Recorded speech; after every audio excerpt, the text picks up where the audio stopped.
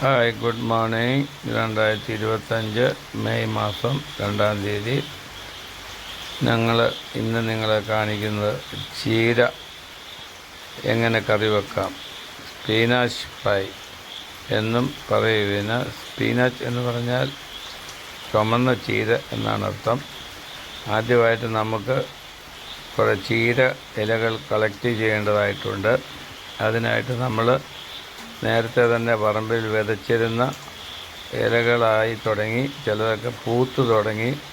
സാരമില്ല, ആ പൂവ് നല്ലതാണ്, നമുക്കത് പിന്നീട് വിത്തിനായിട്ട് ഉപയോഗിക്കാവുന്നതാണ്.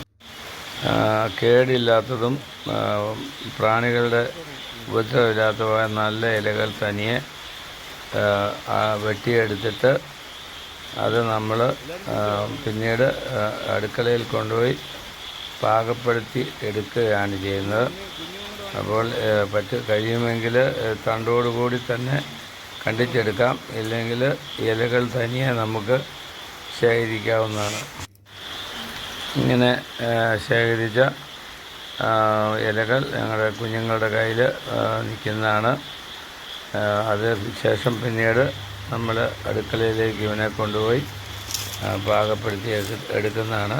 ഞാൻ ഈ ചീര ഇഞ്ചി നട്ട കണ്ടത്തിൻ്റെ ഇടയ്ക്കുള്ള സ്ഥലത്താണ് വിതച്ചിരുന്നത്. നല്ലപോലെ കഴുകിയ ചീര ഇലകൾ വീട്ടിൽ എത്തിച്ചു കഴിഞ്ഞാൽ അതിനെ ഓരോന്നായിട്ട് അടർത്തിയെടുത്ത് ഒരു പരന്ന പാത്രത്തിലോ ജരുവത്തിലോ നമുക്ക് അവനെ എടുക്കാം. ചീരയുടെ തണ്ട് പിഞ്ചാണെങ്കിൽ നമുക്ക് ഉപയോഗിക്കാൻ പറ്റും. മൂത്ത തണ്ടുകൾ ഉപയോഗിച്ച് കഴിഞ്ഞാൽ അതിന് വേവ് കൂടുതലുള്ളതിനാൽ ചീരയിൽ അത് കടിച്ച് കിടക്കുന്നതാണ്. അങ്ങനെ അടർത്തിയെടുത്ത ചീര ഇലകൾ അതിൻ്റെ തണ്ടോടുകൂടി എടുത്ത് നമ്മൾ അരിഞ്ഞ് ഈ പരുവത്തിലാക്കി പാത്രത്തിൽ വെച്ചിരിക്കുന്നതാണ്. കുറച്ച് ചെറിയ ഉള്ളി കൂടി അതിൻ്റെ കൂടെ ഇട്ടു. ഇനി ഉള്ളത് നമുക്ക് നേരിട്ട് കേൾക്കാവുന്നതാണ്.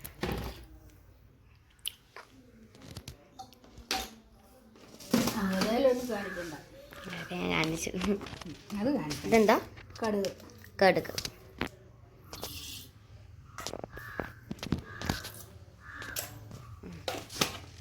ഇനി പൊട്ടിത്തെറിക്കുന്നു കേട്ടോ. ഉള്ളി,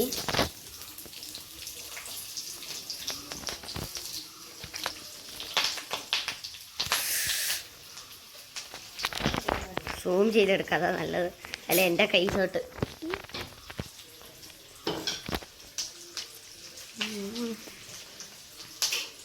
എൻ്റെ മുഖം എടുത്തേ.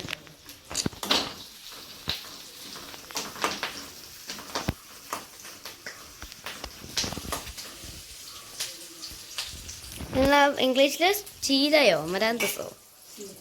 അല്ല, ഇംഗ്ലീഷിൽ അമരാന്തസ് ആണോ സ്പിനാച്ച് ആണോ?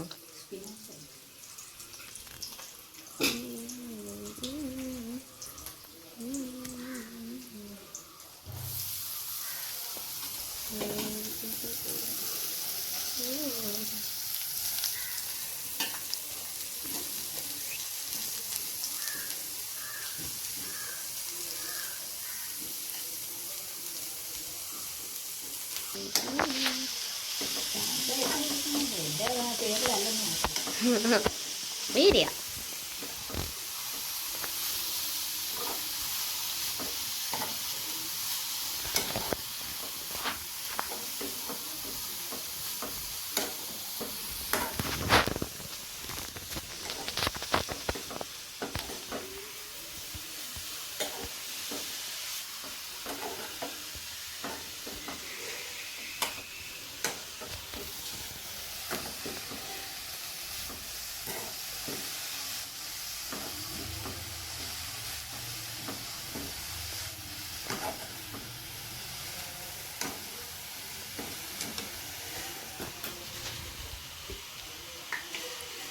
ഇനി ഉപ്പ് ഒഴിക്കുക.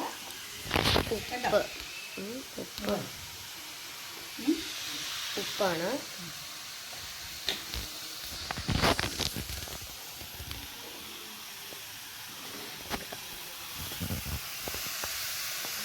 ഇതിൽ പച്ചമുളക്, ഉള്ളി അല്ല കുഞ്ഞുള്ളി, പിന്നീട് പിന്നെന്താ തേങ്ങ, മുളക്, മഞ്ഞൾ, കാന്താരി മുളക്, ഉള്ളി, പിന്നെ തേങ്ങ.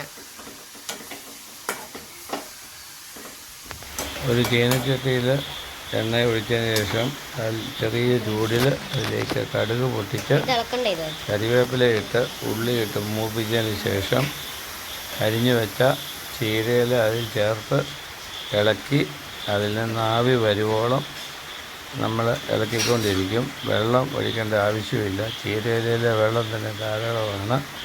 അങ്ങനെ ആവി വരാൻ തുടങ്ങിക്കഴിയുമ്പോൾ അതിൻ്റെ മുകളിലേക്ക് മിക്സിയിൽ അടിച്ചെടുത്ത തേങ്ങായും കാന്താരിമുളകും മഞ്ഞളും പിന്നെ ചെറിയ ഉള്ളിയും കൂടെ കറക്കിയെടുത്തത് ചെറുതായിട്ട് അതിന് മുകളിലേക്ക് ഇട്ട് കൊടുക്കുന്നു. അതിനുശേഷം ചെറിയ ആവിയിൽ തന്നെ ചൂട് തന്നെ അത് കുറച്ച് നേരം കൂടെ മൂടി വെക്കുന്നു.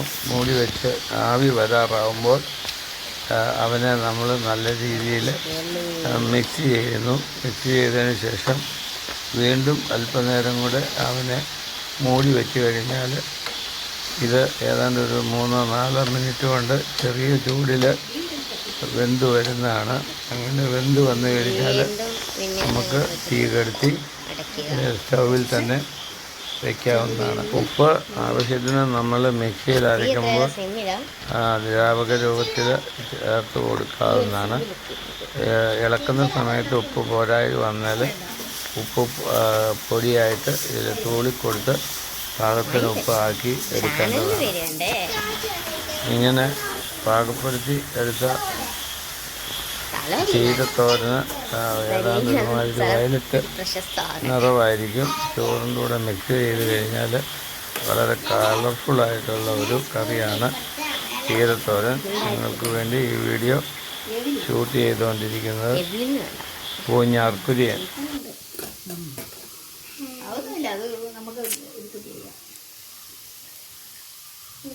ആ പേരൊക്കെ പിന്നീടാ. അടിപൊളി.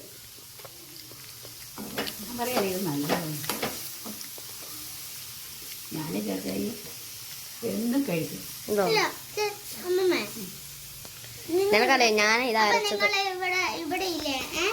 ഇവിടെ പച്ചക്കറി മേടിക്കണം. ഓണാക്കിയേ.